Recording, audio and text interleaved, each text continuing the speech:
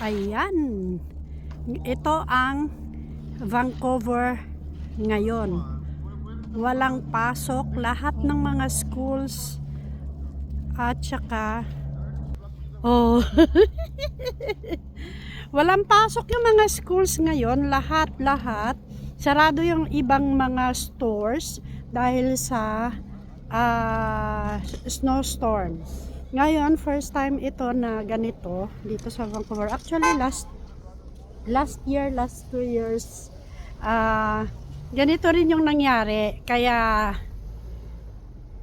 para safe, walang mga accidents, mas better na mag-close kasi nung nakaraan, di ba, ang daming banggaan. Tingnan nyo guys, ang ganda ng view. Ayan. Di ba? Ayan ang ganda ng mga puno Ayun, grabe ang sasakyan. Ayan ang gulong hindi na siya makaabante. Ayan naman, Diyos ko.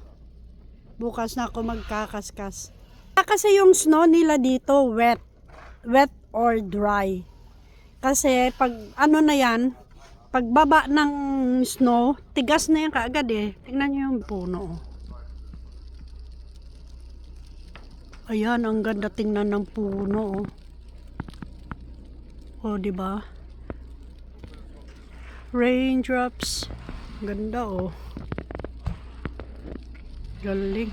Ayan Dapat nung December, dapat ganito. Wala. Andito ako sa gitna ng kalsada. Kanina lumabas ako, mga 7 o'clock, madilim pa.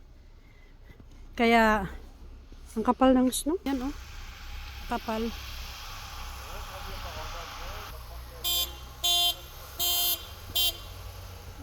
Maraming nagdi-dream. Nauna pa siya. Nagbubusina pa siya. Nasa stop sign naman siya. Maraming nagdi-dream na ganito nung winter, nung Christmas.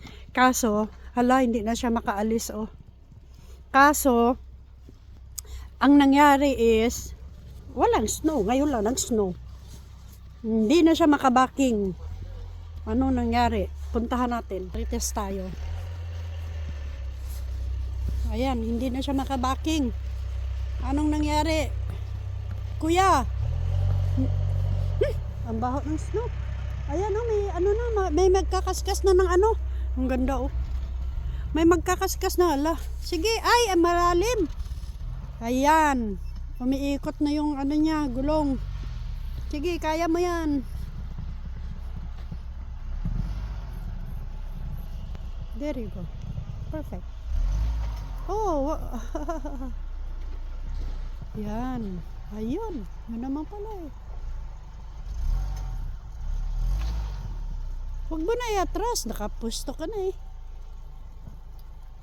Ayan. Diba? Ayan ngayon lumabas ako kasi. Diba? Nakakatuwa yung snow.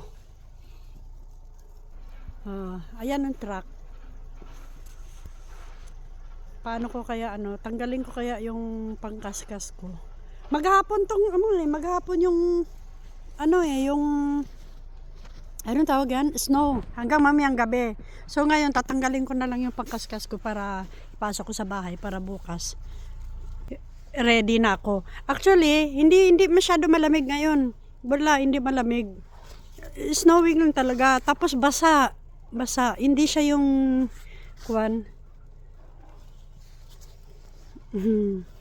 walang pasok lahat.